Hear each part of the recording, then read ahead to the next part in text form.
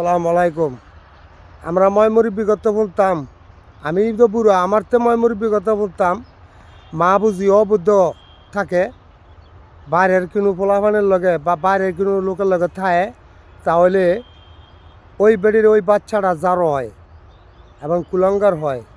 ওই সন্তানে যদি দুনিয়াত বাঁচে, ওই সন্তান ভালো হয় না।